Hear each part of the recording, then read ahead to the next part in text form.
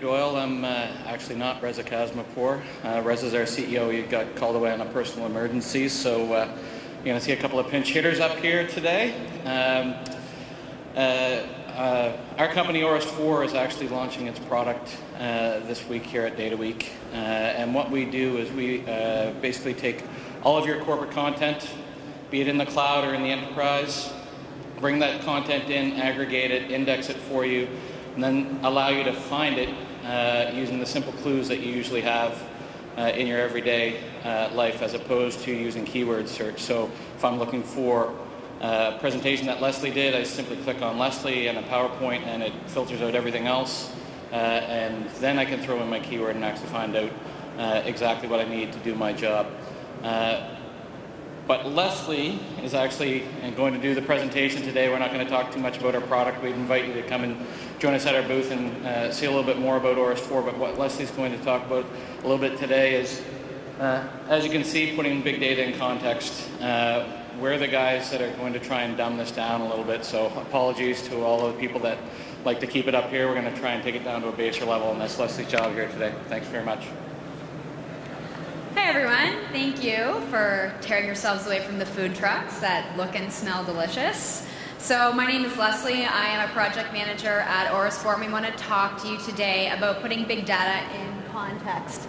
So data growth, obviously a huge problem, we all know this, we're really cranking out tons and tons of data.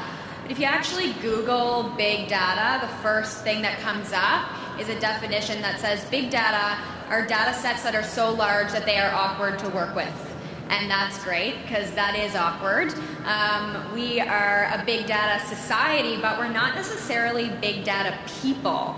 And that's really what we kind of want to look at today. So big data can definitely be helpful. Let us find the signal in the noise, you know, really pull out that trend or that outlier and help us to make good business decisions. But at the end of the day, if you only take the data and don't look at it in context, it can really lead you down the wrong path. So let's take a quick look at a time when the data did really lead to the wrong conclusion. So last year, Hurricane Sandy completely devastated the East Coast. And over the course of 3 or 4 days, there are about 20 million tweets that were sent out. And the bulk of these tweets came from Manhattan.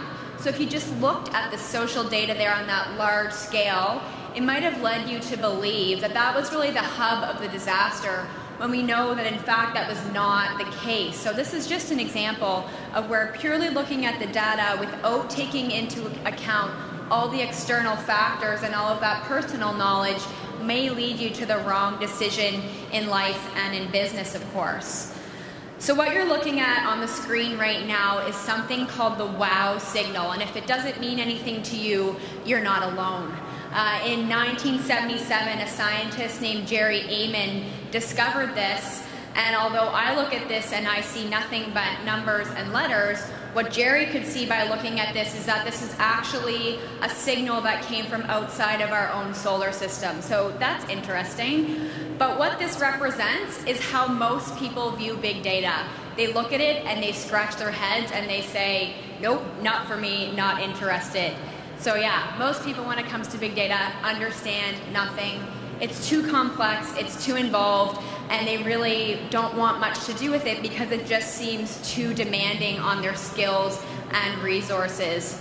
The other factor at play here is that within our organizations, 80% of our data is unstructured, so it doesn't fit nicely into graphs and charts and Excel tabs.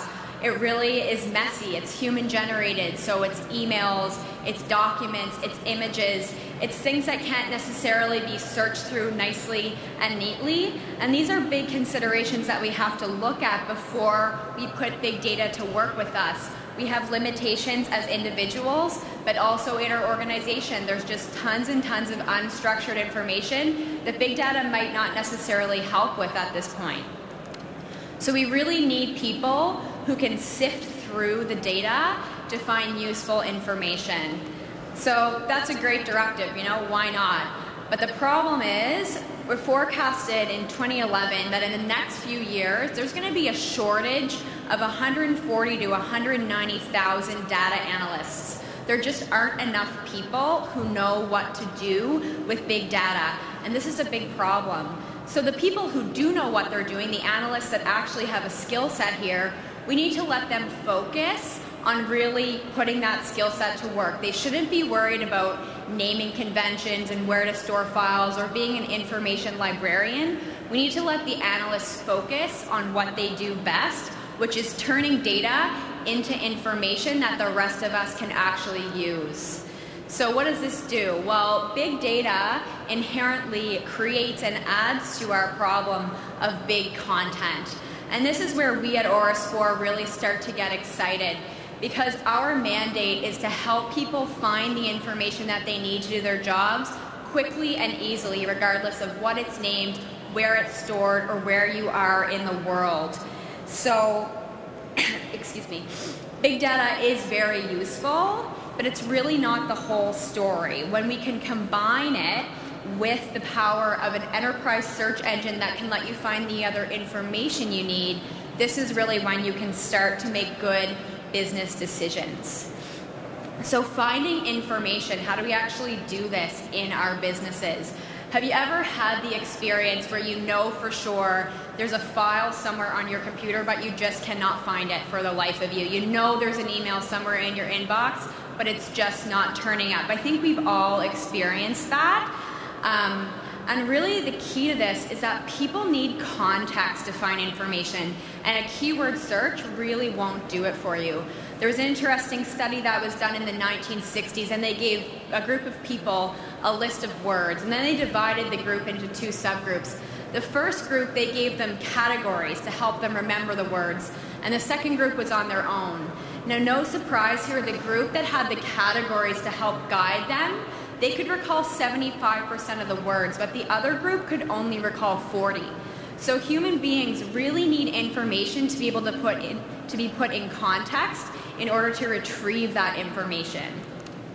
The other thing to know is that we really have limits as human beings. We can only actually handle 7 pieces of information in our short-term memory. Too much information can completely overwhelm people. It can lead them to make bad decisions or no decision at all. So it's really a case of paralysis by analysis. So how do I find what I need in my workplace? Good question. And there's 3 other questions that we have to look at here. First, who is searching for information? What is important to them? And how do people retrieve content? So who's searching for information? Everyone. The term knowledge worker or information worker, it doesn't mean anything anymore because we're all information workers. So you need a system that's accessible to everybody. You also need to look at what's important to employees, and there's 2 factors here. The first is usability, and the second is positive reinforcement. So people want a system they can easily use. Case study after case study has shown that when people can't find what they want in a system in a few minutes, they just stop, they quit, they give up, and they're done. The other thing is that people like positive reinforcement. They like to know that they're doing a good job and that they're capable at what they're doing. So when you're able to find that document you're looking for, put it to use, and go about your job, it reinforces your own confidence in your abilities and the capabilities of the system that you're using. So how do people retrieve content? And what's the psychological process that really goes along with this? So for data points and large structured amounts of information, it may be easy to drill down on a specific data point, but in unstructured corporate content, this can be really difficult to do. So it comes back to this same idea of putting information in context. People need that contextual information to orient themselves so that they can narrow down the amount of information they're looking for and then process the results more effectively. So our businesses are really data and information warehouses. We need to sift through data to get information to create content, and we also need to sort through content to get the information to make good business decisions.